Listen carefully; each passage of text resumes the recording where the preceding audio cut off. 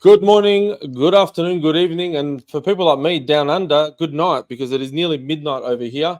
Obviously, as you can see, Gonzo's not here. I've got Don from Don's Pinball Podcast and the lovely team of John Wick, of Elliot Eismin, Tim Sexton. Tim, I think you are muted at the moment. We are going to talk all things John Wick. So as you can see, obviously, I'm a huge fan of John Wick. Love the films. Obviously, loved the idea that the game was coming out. So we're going to talk a little bit about it. Boys, how you going? Doing all right. This Thursday morning is Halloween day. Oh, yeah, Halloween, of course. Yeah, not a big thing for us down under, but it's a huge holiday here. We have this thing in our hardware stores. They sell 12-foot tall skeletons that people put in their yards, and it's like you can't avoid them, but it's only a decoration once a year. So there you go. You've got a few skeletons in your closet, don't you, Don? I mean, yeah, not the 12-foot variety, but there's some contorting that's done. And I will say, I love that the skeletons in the U.S. are becoming a year-round thing, where some people are just leaving them up and putting different outfits on them. Like, it's perfect. I love it. Yeah, it's pretty great. More of that, please. All right, so we're going to touch on a few things. Obviously, we've got a lot of like novice kind of guys that watch this channel, and then we've got a lot of pros that watch this channel, and something in between. So for the guys that obviously don't know what you guys do, we'll just give a very quick recap. Obviously, Elliot, it's his game essentially with the team that works along it. I know everyone's like, there's more than one person that makes these machines. So, run us through your roles and positions, and we'll talk about some of the games that you guys have worked on. Okay. Well, yeah, I'm Elliot as introduced, but the game designer in this role. I basically control most of the layout, and for Wick, I controlled most of the layout elements, and then the toys, and did some of the mechanics, and collaborated with Tim on some of the rules, and then was the liaison to a lot of the artwork and stuff. There you go.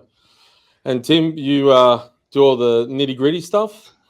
Yeah, if you want to call it that. I mean, depends on what side of the technology you want to see, if it's physical or if it's digital.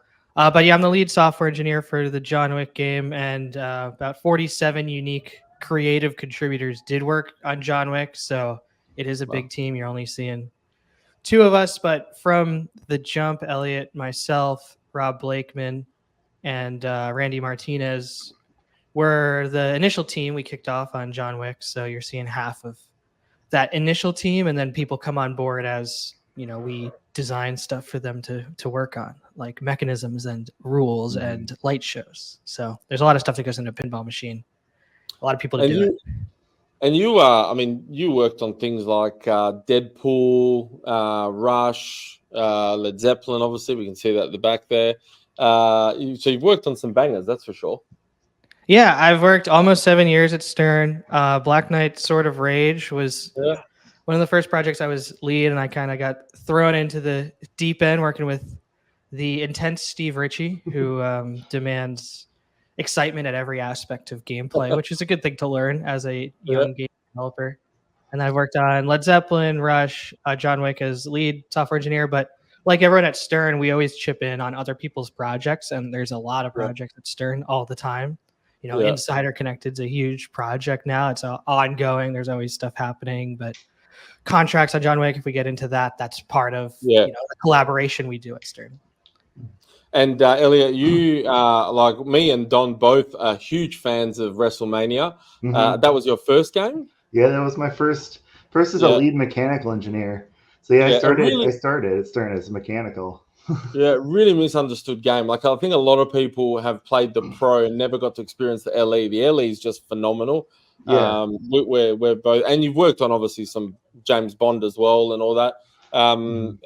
How's your journey been? Oh, it's been pretty cool. Yeah, like I started 2014, about 10 years ago, and like you said, WrestleMania is my first introduction to being a lead, and it was a huge learning experience. There's some cool stuff on that game, but yeah, just over the years working with all these like awesome people, game designers, mechanical engineers, it's just taught me a ton of things. And then it was just like finally time to just get my feet wet in designing my own pinball machine, and they gave me this opportunity with John Wick, and I tried to take it and do as best I could on it. There you go. So question, when you start off a project like this, did John Wick have a layout already that was in development and then the theme came along, or was there just absolutely nothing and you started from theme and built everything custom to that? Yeah. So in general, we always start with a layout based on a theme. We try not to take an existing layout and try to, cram a theme onto it. It's always trying to develop with that theme in mind and the toys in mind with that theme, so that we don't, just repurpose stuff and then you just stick some action figures on it and call it a pinball machine. We're trying to be a little bit more clever than that. But that's the way I started. I have any sort of preconditioning notions. I watch all the films. I try to distill it into the most basic components that it could be, and then try to, make that a pinball machine. So that's the way I started on John Wick. And did you, how did you find out about John Wick? Is that, were you working on something already and they've come to you and said, we're going to do a machine, but we can't tell you what it is yet? Or did you know straight away that it was John Wick? How does that work? So yeah, I didn't know it was going to be John Wick. I actually didn't know I was going to be designing a pinball machine until they're like, hey, you're going to design a pinball machine and it's going to be John Wick. I had been trying, for a while to convince George that I could do it. So I made a side project on my own, and then, showed him that, and then was kind of doing some stuff internally, but was not a full blown game. And the more interesting thing is Tim was actually already working on it. He knew about it a month or so before I even knew about it. So yeah, I gamed internal work politics a bit to try to get some there's a lot of decisions being made all the time, obviously, and people are really looking at data and stuff, and we're mostly working on the games. But sometimes when they're deciding between what themes are available, and they kind of say to us what do you guys think about this, and you can kind of, if you really want to put your hand up and say oh, I'd really love to work on that, then you start campaigning for it. You're more likely to I don't know, that's some inside baseball though. Yeah. And the game, well, originally it was just on the first 3 films, right? And then you guys kind of got a sneak preview at the 4th film, from what I understand. We knew the 4th film was definitely coming. The 4th film being in development was no secret. I mean, these movie studios are public companies, so you really get to see, unlike us, you really get to see what their future plans look like, and even if they change, But the first 3 films were done. Jody was actually pitched after the first film released by the writer. He's like, oh, you got to check out this John Wick thing. And I think George and Jody got free copies of the movie because it wasn't a big hit on the first film. It was just the small run thing that was in theaters a little bit. And then it really started gaining steam in the streaming and DVD and Blu-ray releases. By the time they were making the 2nd and the 3rd, the momentum was building on the franchise. So John Wick 4 was coming, more momentum was building, and the studio was involved at that point. And so when we kicked off the project, they knew John Wick 4 was going to be great because, the project from their perspective was wow, this is going to be a great film. And it was. Yeah. And then we saw the screen, we were like, wow, this is a good film. This is awesome. Yeah. Yeah, so that was the part that got me, because I was like, the first film here in Australia, I think we had an edited version because it was a very violent bit that we didn't get to see. Mm-hmm. And then the second, there was one scene. I know what you're talking about, Enzo. There's only one particularly gruesome death that is censored from the Australian and New Zealand releases, and I learned that, and I decided not to include it on game because I was just okay, there was controversy about this one scene. You could probably find it on YouTube. I'll tell you what it is if this is a podcast to describe it. It's a pretty gruesome scene where John Wick drives a knife through someone's eyeball to end his time chasing him. That should have been the game over screen. Pull the eyeball out and see if it matches or something. Yeah, right. It's in that same scene with the tilt where we have the hatchet kind of get thrown through the guy. So it's just one of the scenes in that. But it's interesting that you remember. I just remembered that. Yeah, that's I mean, stuff like that. I love. I actually build home cinemas or luxury home cinemas as a job. So films are a big aspect of what I do. But I mean, we'll touch on the fact that the game, when it came out, obviously copped a bit of criticism, and this whole thing blew up about John Wick not eating the ball. That was more Jaws. Obviously, this whole gun thing, like, I get it. You know, I think it's a bit interesting that the whole internet blew up, and obviously it didn't help that some social media people took it a little bit further than they probably should have. But you know, like, I think there are elements of that where the game, like the trailers came out and it was pretty captivating. It looked beautiful, the colors, the whole neon noir theme and everything. And obviously when we got the there was some gameplay that I think Jack did with you guys on it, and all of you kind of blew that game up because it was like everyone was playing great. It was, you know, it was such a for us over here, it did really well. Like, everyone I was talking to in the community was like, "Oh, have you ordered one? Have you ordered one? Yep, have you ordered one?" And, you know, obviously it is a difficult game, right? Like, those 3 ramps kill. I'm a terrible player, and those 3 ramps kill me. Like, to try and load up my characters. But like the design aspect of it, because obviously I've seen the little doco you guys did. There was a lot of changes made. You know, there was an upper playfield at one point, and then that kind of disappeared and became the dance club, I think it was. Talk me through a little bit through that, because what we see in this all glamour and, you know, all the chrome and everything like that is beautiful, but it's always interesting to see what it could have been and what it didn't get as well. So whichever one of you want to answer that. Yeah, I guess I'll start with that.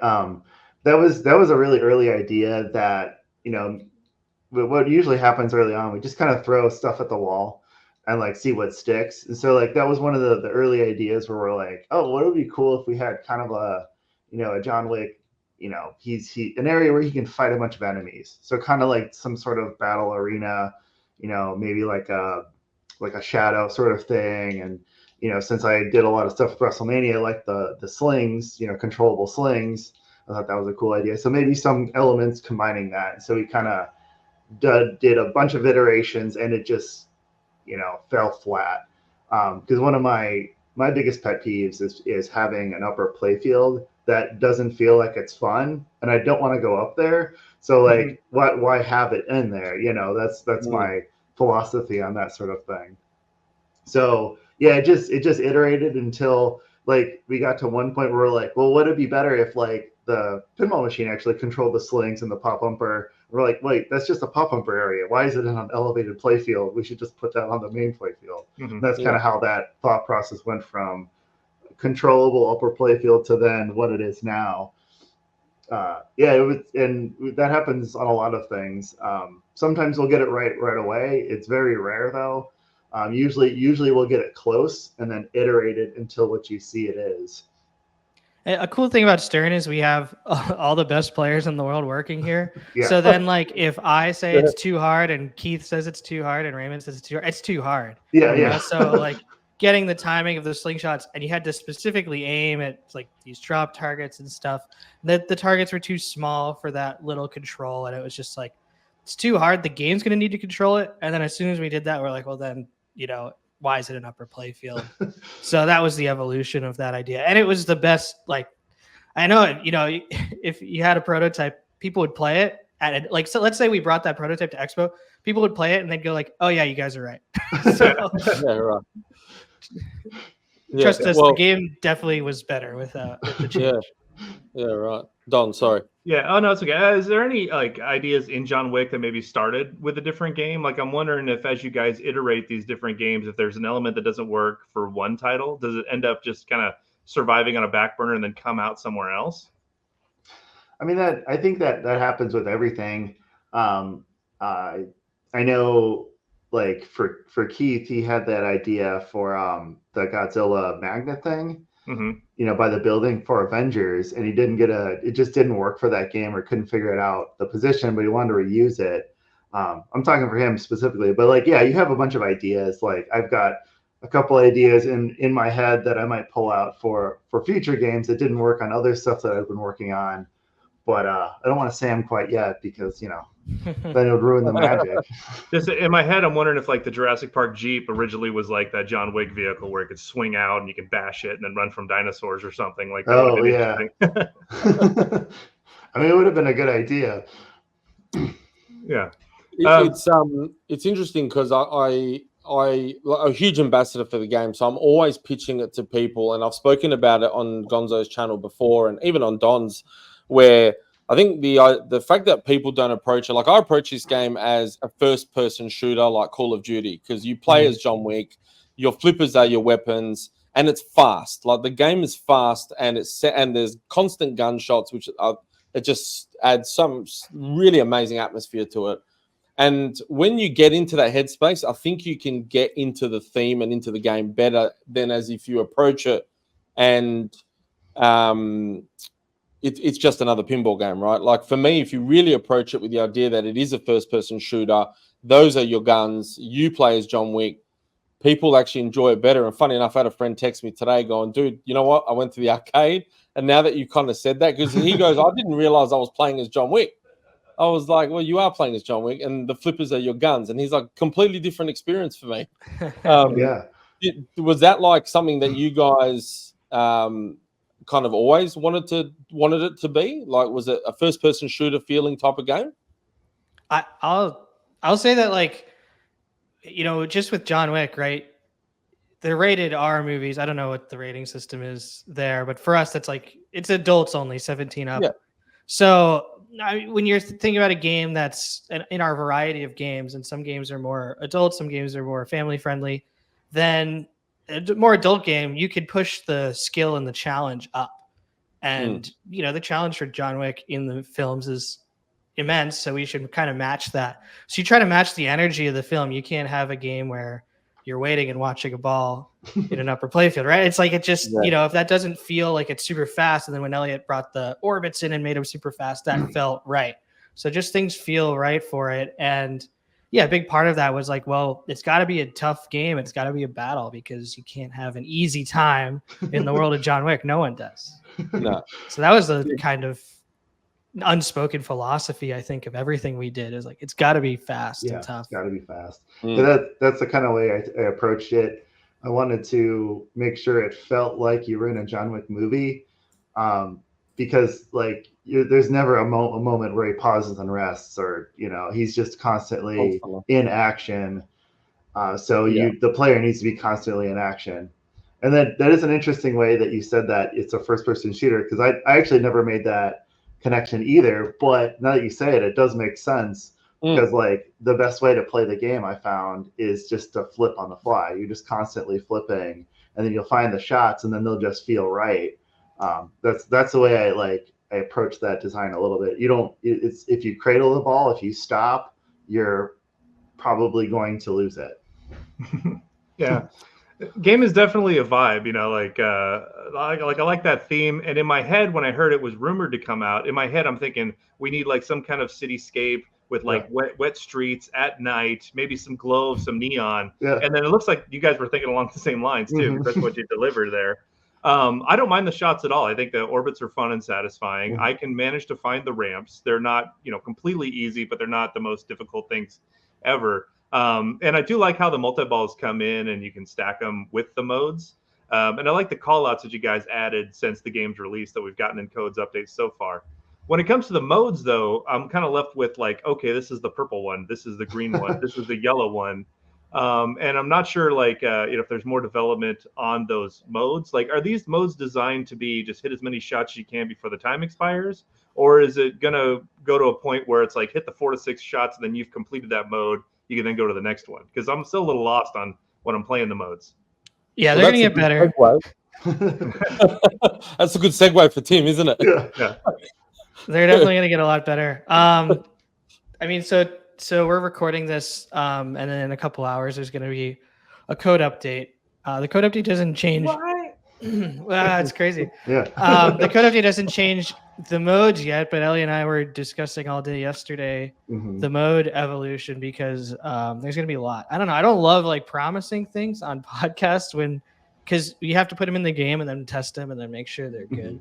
But I'll just, as vaguely as I could put it, there will be like reasons to complete the modes, and there will be actual stakes for each of the factions in there as well. So like what you're seeing is, you know, kind of what we call first pass, or like our first go at it. The modes function, they work, and they give you points. But integrating that into the rest of the game, which is I think the hardest thing to do in any pinball rule set, is make everything work with everything else in a way that is balanced and like strategic and also fun. So that's like what takes the time to massage in the rules and play and test and change is, you know, making those modes like really part of something you need to do in the game, not just for points, but for your progress and helping you later in the gameplay. So yeah, those are definitely coming. I mean, the priorities of what we like to work on is kind of like take what's the least fun and make it the most fun, and then like keep doing that forever until the game, you know, is like overall just like, oh, okay, this is great. So one of the big things coming out in today's release is a big update to the car multi-balls, because it was one of those situations where each car multi-ball was kind of like almost, it felt like the same thing X4, because they were all 3-ball multi-balls. They all kind of started as their own discrete modes. So I did a lot of overhauling to link all the car multi-balls together. So there's one car jackpot that carries from multi-ball to multi-ball.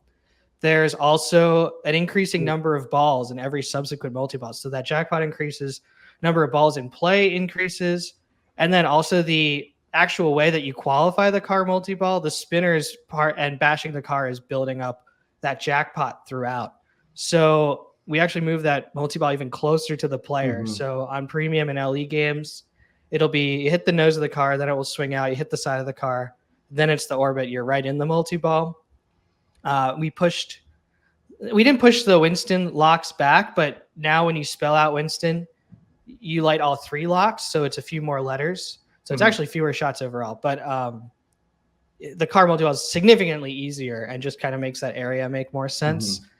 And as you play it this weekend, I know when I explain code to people, it's hard to imagine like how that's going to affect gameplay. And then while I'm talking about what's coming in the code, I want to say that the lights out mode is really cool. And that's like the big feature of the code that's releasing today, or will have released by the time people hear this. And that allows you to turn all the insert lights out on the playfield. I don't think this has been done since Williams Blackout. And it gives you double scoring. And then it also allows you to hit the button again if you've spelled the Yaga lanes to light a motion sensor that like illuminates a cluster playfield of inserts on the playfield, so you can kind of see, okay, briefly like those shots are lit, and then that'll go away, and you got to play blind like Kane, the assassin in John Wick 4. But the double scoring is really cool. Like yesterday, I ripped off a 30 million super jackpot in the second car multi-ball, and I was like, okay, this is feeling better. And yeah, just the overall presentation of it, which is the hardest thing to describe on a podcast, is like cool with the lights and the sound and the display. So yeah, the game will be cool, and then it will get better. You know, you have my promise on it. I mean, as long as I'm working on it, I'm thinking about like the same thing Don mentioned. Yeah, the modes themselves are, you know, they kind of appear, but there's no stakes to them, so people don't, you know, there is a way you can, you know, end the modes now, but it doesn't feel like it's worth it. You know, you get like a bonus when you complete the mode, you've hit enough shots.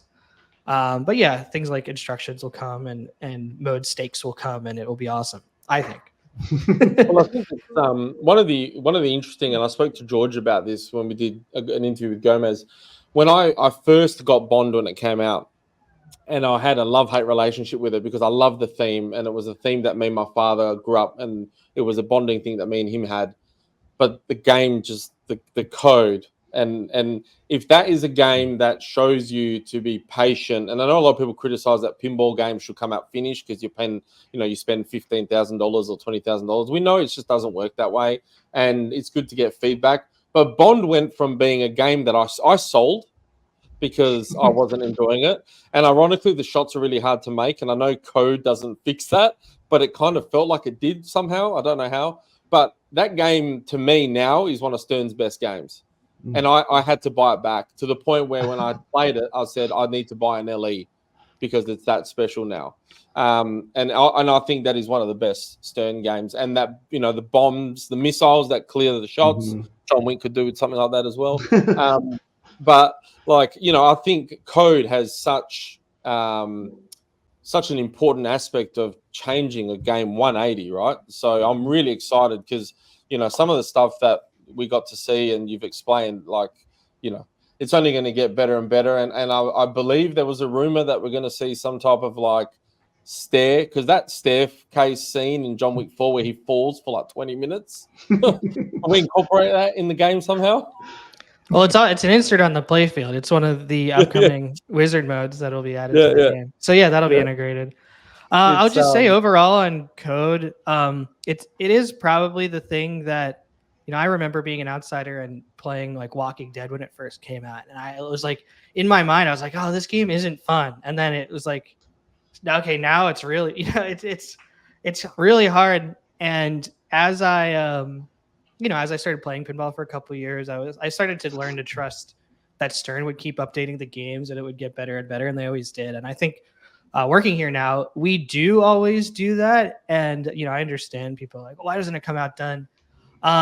It's such a weird medium. That's what it is. It's you physically have to build these games that are so many parts, and somehow this one simple thing, these couple lines of code or whatever that get downloaded over the internet, can transform it. So I mean, it's kind of hard to explain because it's when you do it as a day-to-day job, it's you just try to make it a little bit better every day, and then the sum of that becomes a code update, and then people kind of process that, and then over the course of a year or so of post launch development, then the game is completely different than it launched. You just don't really know how something that's the same changed. But and I think the community is very interesting.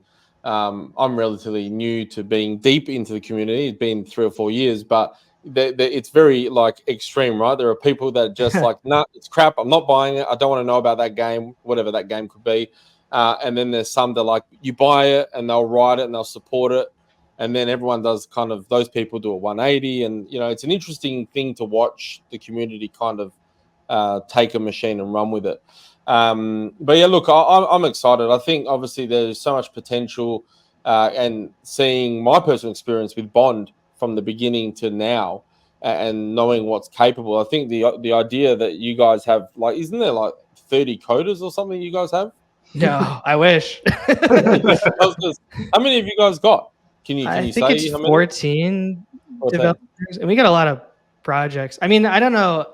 It's hard now because I think it's maybe 14. We've got a systems team, right? We've got all the game teams, and then we also have an insider team that's app developers. So I guess maybe with that there's more people, but there's a lot of aspects of development here that's not even directly on the game software. It's the other things you do in the app, and then there's also Tanyo Kleiss, who went from the game development team to now he's kind of a liaison between the insider and the game development team. So when we do things like contracts for John Wick, which are these objectives that are pushed to your app, and you can go on your John Wick game and try to achieve them, that's a whole development effort. So that's it's not a direct gameplay thing, but it's part of gameplay. So it's also it uses the gameplay team.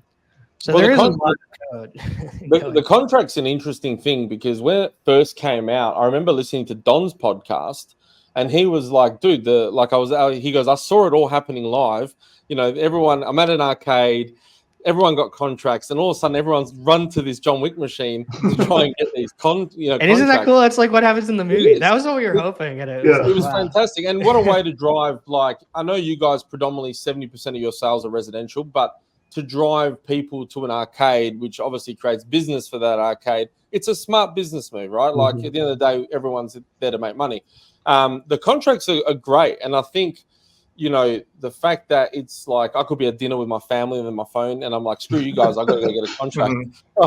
That I thought was great. I know you probably want to touch on that because I think that's a really unique, it's the only machine I know that's got something like that on it. So talk us through it.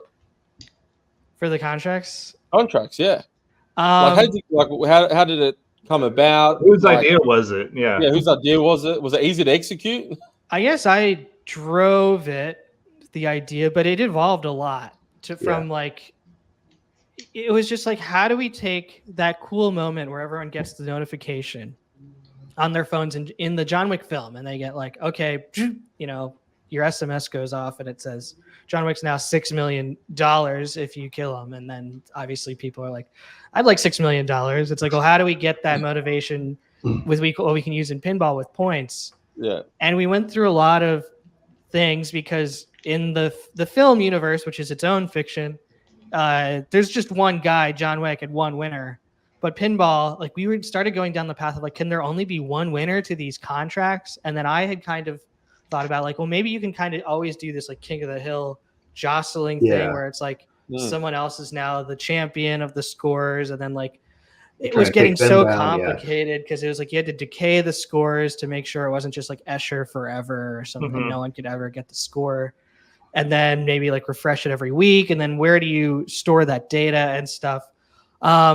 But then it went back into this idea that George had a long time ago for like objective based, instead of achievements, it's like objective based contracts is basically what it turned into, where you could take something that's an achievement or not an achievement and give people another opportunity to earn it as part of like a daily or weekly thing. And then with John Wick, we added the idea of limited contracts to that idea. So then only the first X people. And then we just kind of ran it and saw what happened. And like that first one that went out, people got it really quickly. So it was a good engagement with the game and people were happy with it. But it just took like internally, it took a lot of people. Obviously there's the insider team, there's the game team, there's obviously George Gomez involved, Antonio Kleist involved. So there's just a lot of people to kind of go over the design, and it's a design like any playfield design, and then write up documents of technical specifications. And then there's a designer named Ben Gomez on the insider team who designs all the badge art, and that gets approved and everything. So it's also part of licensing approvals, anything we do with that. So yeah, they're just all big team efforts, but they're all driven by, I think, a studio culture where we just want to make the games fun, which is the good part. So it's like, we have Insider, we have this game coming out. What else can we add to it? And we put our might behind it, and we got contracts to release. I think by the time we had them ready, but by the time we just waited for the domestic games to show up on location after we go into production, and then we released that first contract about a month into after release.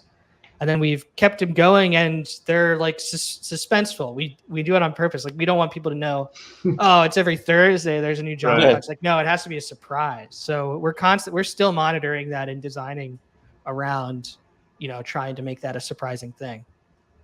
Yeah, I like the fact with gameplay now, because you can log in and you have an account, there's a way to, work towards unlockables. That was one of the most fun parts of Venom, was just playing that game, getting to level 100, unlocking something, and then starting over again.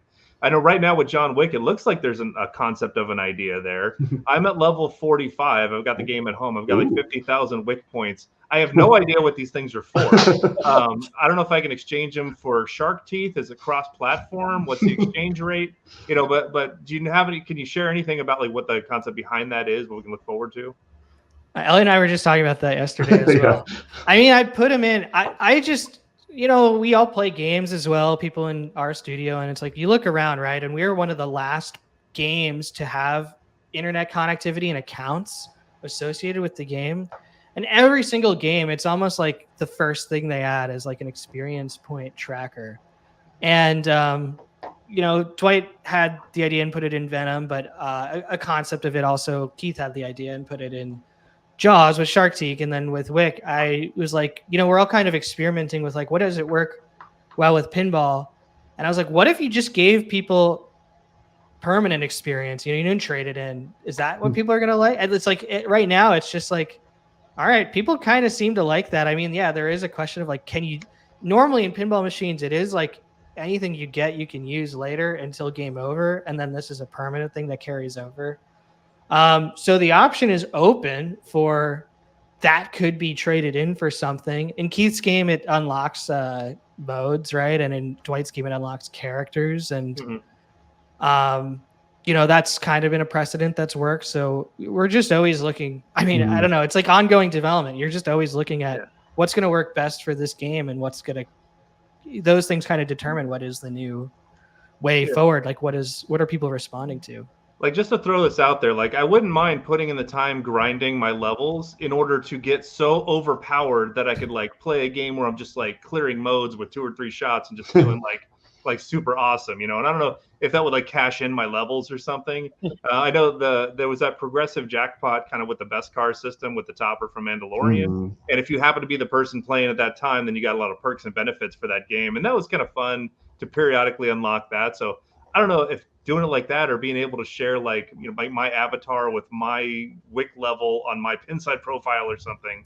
That would be cool. Yeah. Some kind of tangible benefit there. Yeah. But it'd be fun to, cash out for like the ability to, change the music or something by hitting, holding the action button or something. Just give some kind of perk that you can interact with the game in a new way. I appreciate the suggestions, Don. I will not commit to anything, but I still think the missile button will work well. Maybe call it a grenade button or something, or I don't know, whatever it is. It's the lights out button. Come in by the time. I'm really looking forward to that, by the way. I want to touch on the call-outs, right? Because when I heard that this was a rumored game, I was like, if there's no Winston, I'm not buying it. Like I said, that voice is like the sexiest voice in Hollywood, and like it has to be him, right? And it just adds that dynamic of, again, more atmosphere, more immersive. We play all this stuff because it's about the experience. So, like, what was that like? Because I'm sure he obviously had to do custom call-outs.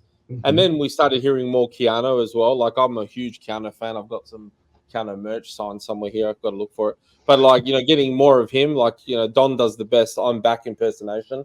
Yeah. So, like, that experience, I mean, obviously, is there a lot of stuff that hasn't been used yet? I mean, there is every update we do. Like, there's more, yeah. Yes. This update, there will be more call-outs that hadn't been used in the previous update. But yes, question of what was that like? And then if there's more coming, I'll go to what that's like. I think that's a fun question. And it was like really cool. We work on the script. That's kind of, for our pinball thing, what we need to do. And then there's a whole bunch of people, starting with Jody on our side, but also, people involved in Ian McShane's camp because he's a big star, and getting everything coordinated for a recording session. And he lives in the UK. So I think I woke up at like 5 a.m. one day once it was all recorded, and once Jody had basically organized the whole thing and gotten it to happen. And I went there to direct him, but honestly, he got into his character and just kind of crushed it. He's such an experienced actor that I didn't really do much. I told the engineer kind of like, hey, 2 takes, of every line is good. Basically kind of what I'm looking for. And I just want Winston, and any questions that he has about the lines, I can try to explain it. It's like, no, he just kind of, I just saw him like he got into the character and he just crushed the script. And I think, in the game, it sounds awesome. Mm-hmm. Yeah. Oh yeah. It's probably some of the best call outs in pinball, to be honest. Oh yeah. My personal take. He's Winston as a character. I mean, and also, Sharon, it's a shame that he passed away, but I believe you had some call outs of his planned at one point. Yeah. From the film. So our sound engineer, Bob Baffy, took some samples from the people we could, who show up in the back glass and the cabinet and stuff. You'll hear a lot of their call outs throughout the game, just at different points in the game now, just where it's relevant. So Sharon's one of those where, he's got the center ramp and like, that's where we'll put his call outs in when he's qualified as an ally to John Wick, the player. Yeah. It's a shame that he passed away so young and so soon too. Look, I guess, Don, was there something else you were going to ask? You had some... Oh, yeah. So one other thing I wanted to know, what I'm noticing a lot with these games now, particularly the last few releases, is like other modes or other ways to play the game, like holding the action button and logging in. I mean, Jaws has been blowing it up with these, 8-bit throwback, games and things. But have you thought about adding eventually like a boss rush mode or something where you can, just start with like a 3-ball multi-ball, make it a timed mode, and it's just like see if you can take out all the enemies or as many as you can, and then like play for points or something. I think what Don's trying to do here is pitch for a job at Stern.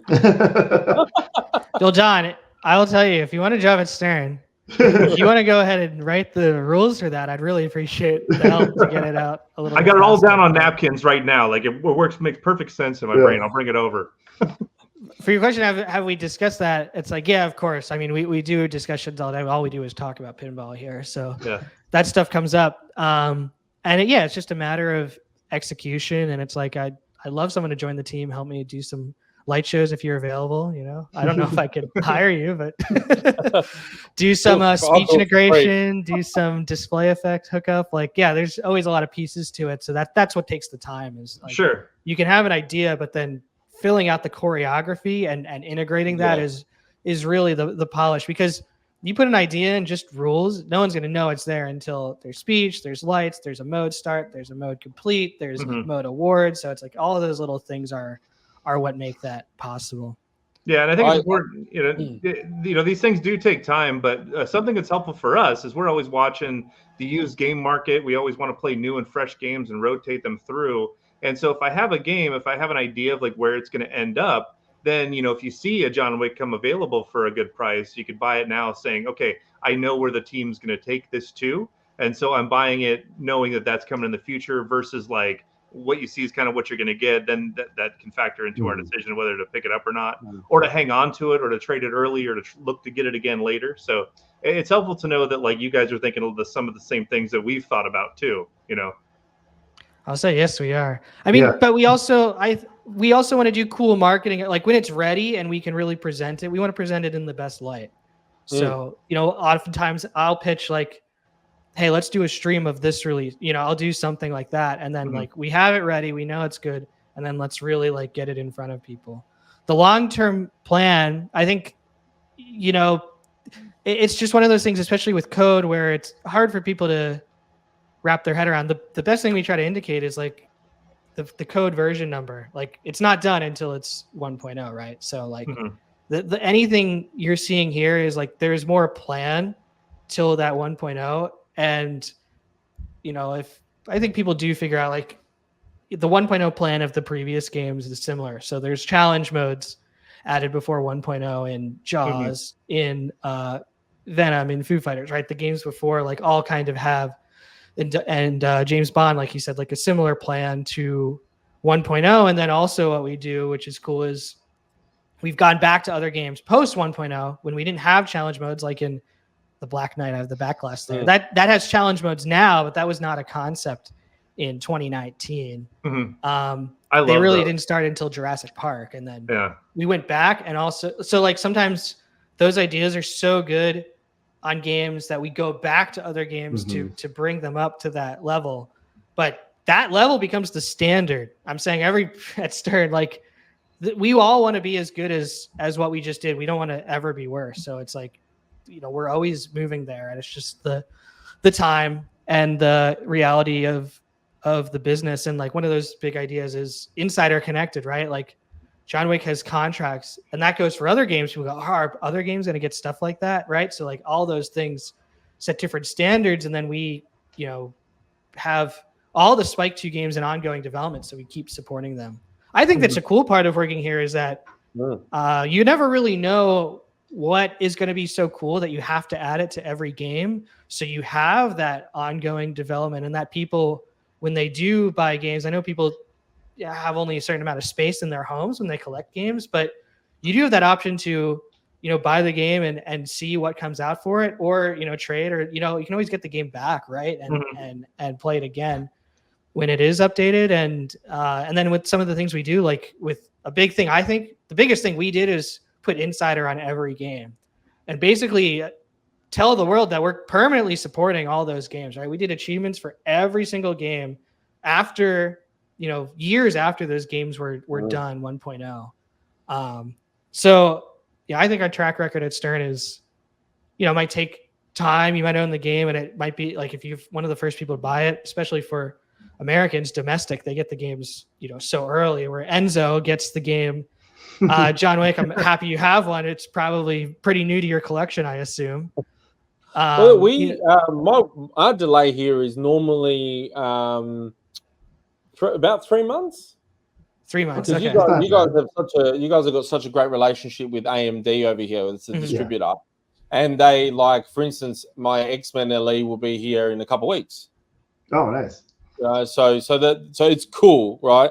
Some of the other pinball manufacturers, we don't see the games till like a year later, and by then I'm like, meh.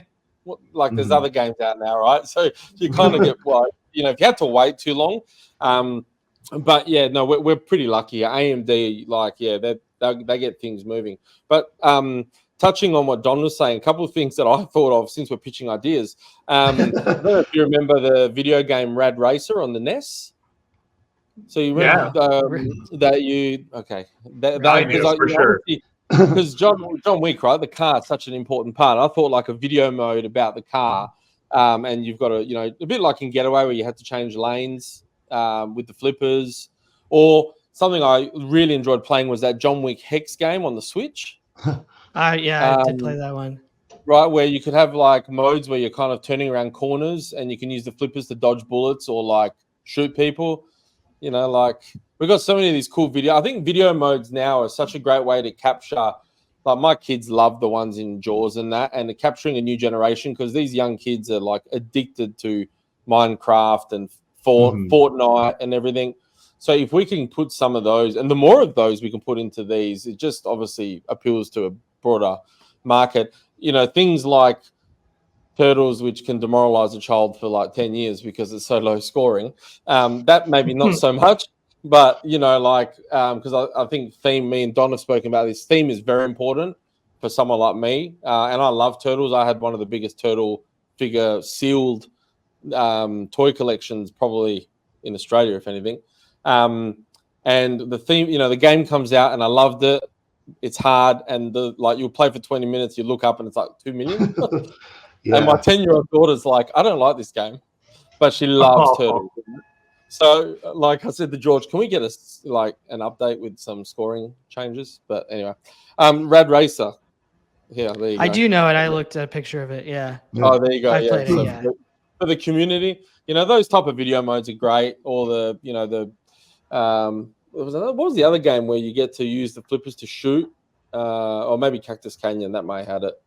I think. Oh, yeah, that's it.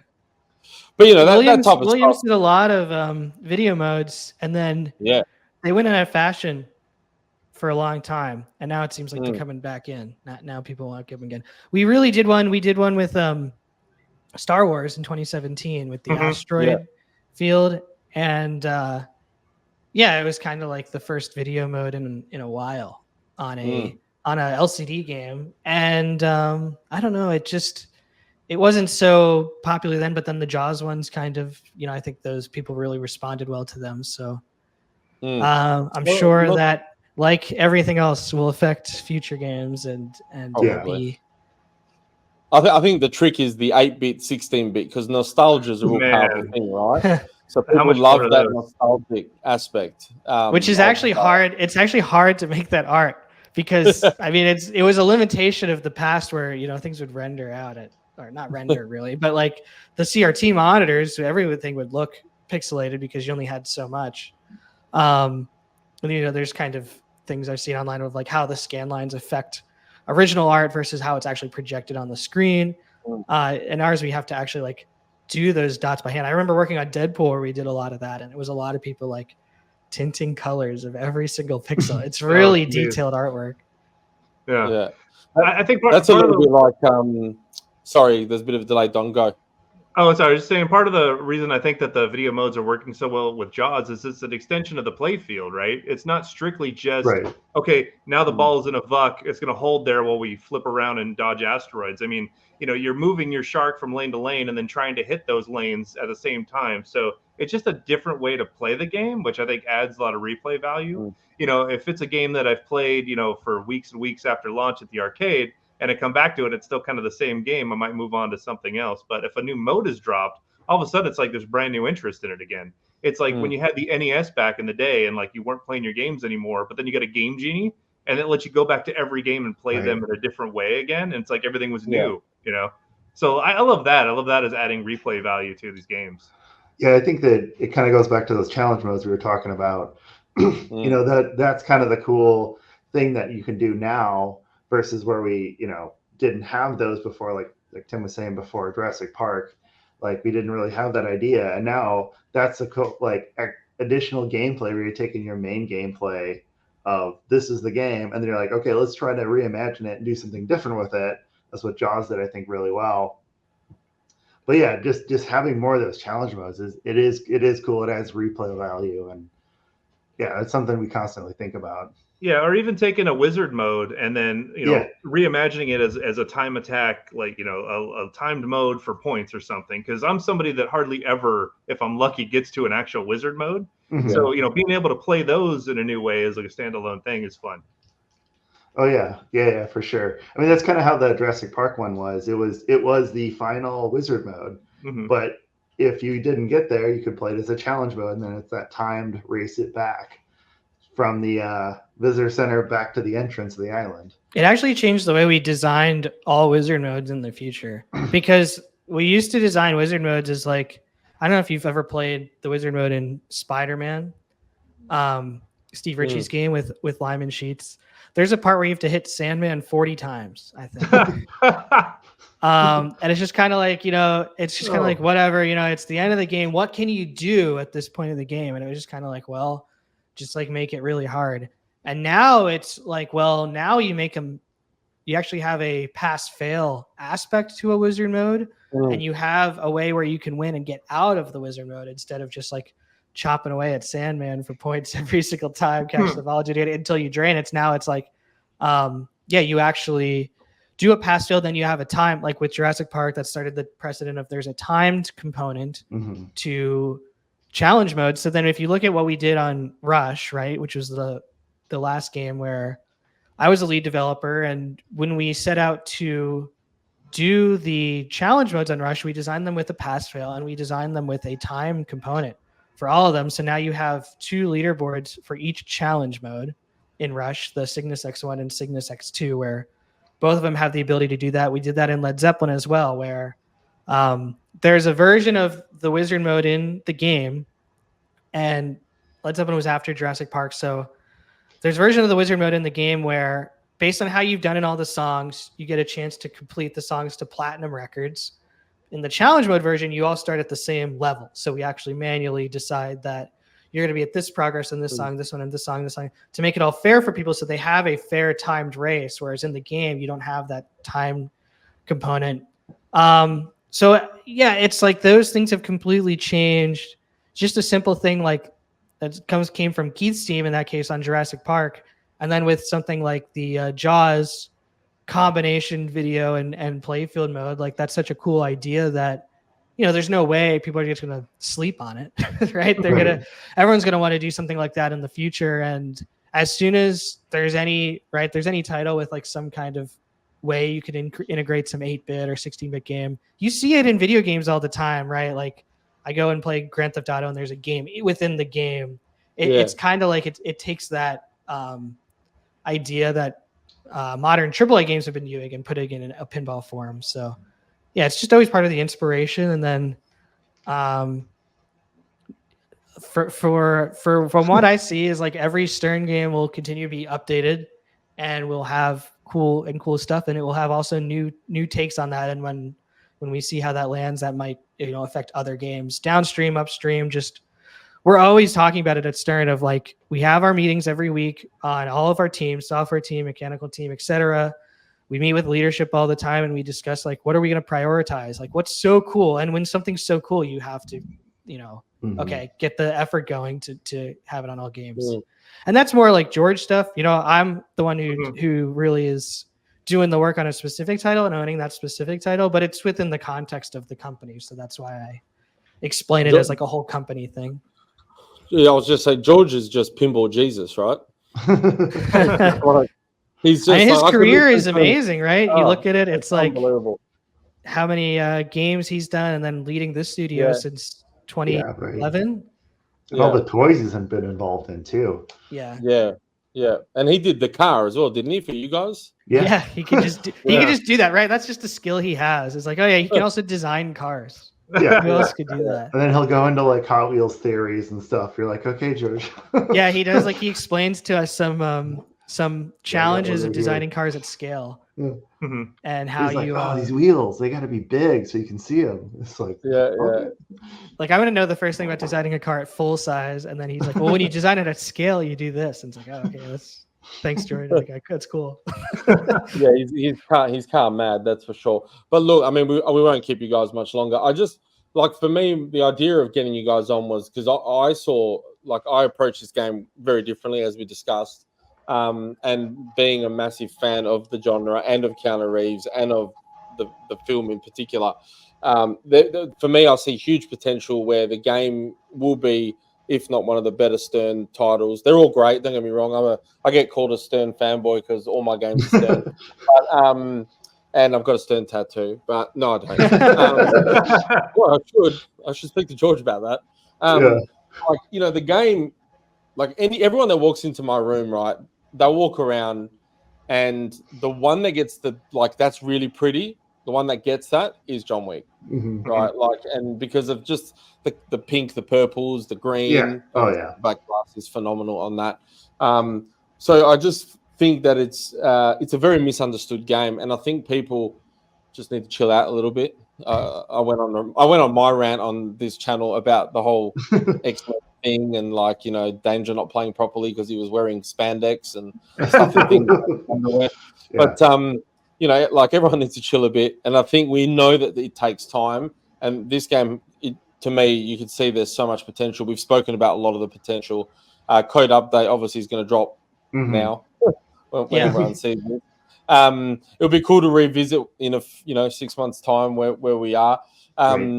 Don, was there something else you wanted to ask before we wrap up? Well, I figure since we're all friends here now, I think we can go ahead and dish on the John Wick topper and just give us all the details. We won't tell anyone else. It's just out of frame up there. Yeah, can you see it? It's right up there. It used to be on the game behind Elliot until yesterday. Yeah, they took it away. So it's you coming missed soon, any sneak peeks. It's really it's one of my favorite toppers that I think I've been a part of, and I've been a part of a lot of them. I actually designed the Monsters, Turtles, Black Knight topper. So it's probably one of my favorite visual toppers. So we'll just say that. And it's coming soon. It's also got a mode concept that's never been done before in pinball. So it's like there's something that you won't, until you see it. You know, we'll have the full presentation, but it's got something cool coming. That's I think people are gonna be like, wow, that's cool that they. And that leads to your new way to play the game too. Yes. All right. Yeah. As soon as you guys can tell us more, go ahead and reach out, man, because I want to hear more. I'm excited. By all means, you can ship one to Australia if you like, and I'll do a video on it and play with it and stuff. But look, guys, I thank you very much. I know you guys probably get asked about this all the time, and obviously you guys Expo probably killed you the other week. I think Don's still recovering from standing on those floors. So I really appreciate the time and effort, and I really look forward to what's going to happen in the future with this game. I think lots of things. Don and me will take royalty checks. However, we can get Stern credit to buy games. I'm happy with that. It's all good. We'll pay you in Wick Points. How about that? I am shameless. Done. Yeah, people were very positive about Wick at Expo. I mean, I was just it was actually my fault. I was going to put a code update out before Expo, but I was like, no, I have more gameplay features coming that'll be so good that it's better to push it out until today. So yeah, this is going to be our biggest update yet. That's come out. So and it's. I think it was a smart move, right? More. I know you guys. Obviously, there's a bit of overshadowing by X-Men and then Metallica remastered, which like sometimes it's probably cool to wait because let them have their little spotlight. Yeah. And now you can have your own little spotlight, which I hope that we can shine that light on it, because I think, again, it is very misunderstood, and I think a lot of people like wrestling, like the WrestleMania. Me and Don seem to be the only people in the world that like that game.